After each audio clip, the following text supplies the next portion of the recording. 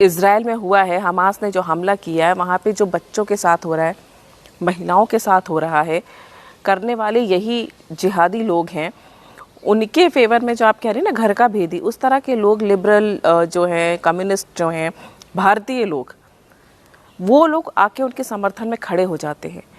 क्या आपको नहीं लगता कि जब भारत के अंदर इस तरह के लोग हैं तो जो इज़राइल जिनसे डायरेक्ट कोई लेना देना नहीं है, उनके लिए जब यहाँ पे इतना समर्थन जुट गया तो वो हिंदू जो यहाँ रह रहे हैं, क्या आपको लगता है कि उनके लिए खतरे की घंटी है ये इतने दोगले लोग हैं कि ये जो लोग अभी इनको समर्थन में उतरे हैं, मैं इनको चांडाल चौगड़ी बोलती हूँ। क्या है ये चांडाल चौगड़ी? कौन कौन है ये लोग? तो बॉलीवुड, कम्युनिस्ट, लेफ्ट मीडिया और ये जो इंडी अलायंस वाला जो विपक्ष है, वो ये चांडाल चौगड़ी है। ये अपने कन्वीनियंट के हिसाब से बात करते हैं। जब हम अयोध्या राम मंदिर के निर्माण की बात करते हैं तब ये लोग क्या कहते हैं कि आपको बाबरी ढांचा तोड़ना नहीं चाहिए था, आपको इसके लिए आंदोलन नहीं, हमें सबके मज़हब का, सबकी धार्मिक भावनाओं का ध्यान रखना चाहिए।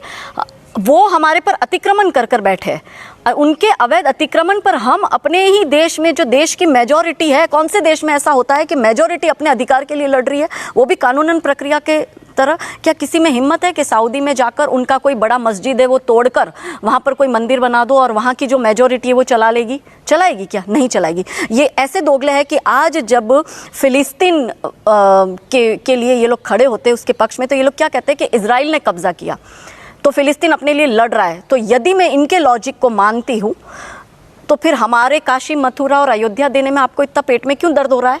ये तो हमारा था ना, अवैध कब्जा किया ना, और मुगल तो इस देश के थे भी नहीं, वो तो इस्लामिक आक्रमणकारी थे।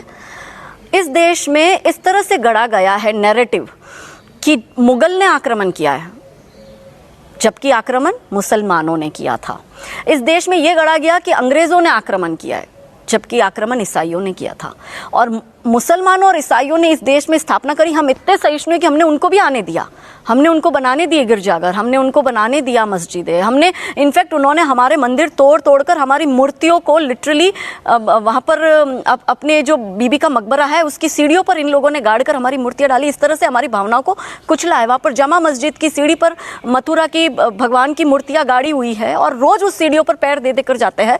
ये ज्ञानवापी में ये हमारे शिवलिंग को फवारा बोल रहे और वहाँ हाथ पैर धो रहे और इन्हें पता है कि वो शिवलिंग था, फिर भी इन्होंने जानबूझ के ऐसा किया। यदि इस विषय को हम बोल रहे हैं तो वो करने वाला फिर भी शांति दूत है और हम उसको बता रहे हैं तो हम लोग हेटमॉन्गरिंग हो गए, हेटमॉन्गर कर रहे हैं, हम लोग तो नफरत फैला रहे हैं। कौन से देश में ऐसा होता है कि वहाँ की मेजॉरिटी अपने ही अधिकार के लिए लड़ रही है बेचारी, उसको धमकियाँ भी दी जा रही है, वो कानून प्रक्रिया से जीत भी रहा है। तो मौलाना साजिद जैसे लोग ये भी कहते हैं, एक तरफ ये संविधान की बात करेंगे ये दोगले लोग, और एक तरफ अब ये भी कहते हैं, मौलाना साजिद कोई आम मौलाना नहीं है, वो ऑल इंडिया मौलाना एसोसिएशन का प्रेसिडेंट है। वो कहता है कि तुम आज बना दो राम मंदिर, हम 50-100 वर्ष बाद जब हमारे लोग आएंगे, हमारी सत्ता होगी, हमारा जनसंख्या बढ़ेगी, तब हम इसी राम मंदिर को तोड़कर इस पर फिर से हम अपनी मस्जिद बनाएंगे।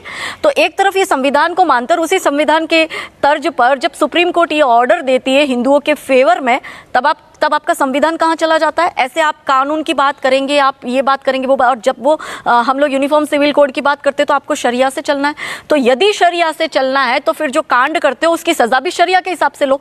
कन्वीनियंटली सज़ा आपको आईपीसी के हिसाब से लेनी है, मगर चलाना आपको मुस्लिम पर्सनल लॉ बर्ड है, आपको ट्रिपल तलाक चलाना है, आपको 4 बीवी 40 बच्चे वाला कॉन्सेप्ट चलाना है, आपको हलाला भी करना है, आपको मुतानिका भी करना है, आपको माइनॉरिटी के राइट्स भी चाहिए। कौन से देश में 20% माइनॉरिटी के राइट्स होते हैं, जबकि यूनाइटेड नेशन ये कहता है कि 5% से नीचे वाले लोगों को माइनॉरिटी में रखो। ये कब से हो गया? और इस देश के जो जैन है, जो सिख है, जो पारसी है, वो उनका क्या? उन्होंने, वो भी तो माइनॉरिटी में आते हैं ना, मगर वो तो इनकी तरह पत्थर लेकर निकलते नहीं है किसी को मारने के लिए, काटने के लिए। अभी हमारे यहाँ पे, अभी अपन कर्नावती में बैठे हैं, 2 दिन पहले बजरंग दल की शौर्य यात्रा पूरी होती है। समापन के दिन उनकी बस में वो लोग राम धुन बुलाते बुलाते बाय रोड निकल रहे हैं, तो रोड पर मुसलमान कुछ कट्टर लोग वो गाड़ी रुकवाते और कहते तुम हमारे यहाँ से रामधुन बुलवाते बुलवाते नहीं जा सकते, ये हमारा इलाका, तुम्हारा इलाका क्या होता है, हम क्या सीरिया में रह रहे हैं? और यदि इनके लॉजिक को मैं मानती हूँ, अगर इनके लॉजिक को मैं मानती हूँ, तो फिर ये जो 5 बार जो अजान की आवाज़ हम हिंदू भोंपू पे सुनते हैं, इतनी ज़ोर ज़ोर से ये चिल्लाते हैं, तो क्या हमारी धार्मिक भावनाएं आहत नहीं होती? तुम्हारे अजान की आवाज़ हमारे हिंदुओं के घर में आ रही है तो तुम्हारे एरिया से हम निकल नहीं सकते हैं। कल को तो तुम कहोगे कि तुम सांस मत लो, तुम तो काफिर हो, हम तुम्हें मार डालेंगे। काजल बोल रही है तो ये तर्क देते कि ये बोल रही है हमारी भावनाएं आहत हो रही है, धार्मिक भावनाएं तब आहत होती है जब मैं अल्लाह के लिए बोलूं, पैगंबर के लिए बोलूं या हदीस या कुरान को कोट करूं। मैं उनके लिए कभी नहीं बोली हूं। मैंने हमेशा यूनिफॉर्म सिविल कोड की बात करते हुए मुस्लिम महिलाओं को इक्वल राइट्स भारत में मिले उसकी बात करी है। तो इसमें कैसे धार्मिक भावनाएं आहत होती है? डिसाइड कौन करेगा हेट स्पीच क्या है और नहीं है? ये झुंड जो हाथ में पत्थर लेकर भीड़ तंत्र के माध्यम से प्रशासन को डराकर, प्रशासन को घुटने पे बिठाकर उनको मजबूर कर देता है कि किसी निर्दोष का नाम काजल का ले लो और फिर उसको जेल में डाल दो। और प्रेशर में आके बहुत से जगह ऐसा हुआ है कि हमने देखा है कि बहुत जगह अलग अलग विस्तार में पुलिस ने प्रेशर में आके इन झुंड तंत्र के सामने, इन जिहादी जॉम्बिस के सामने प्रेशर में आकर निर्दोष लोगों पर गलत कार्रवाई करी है।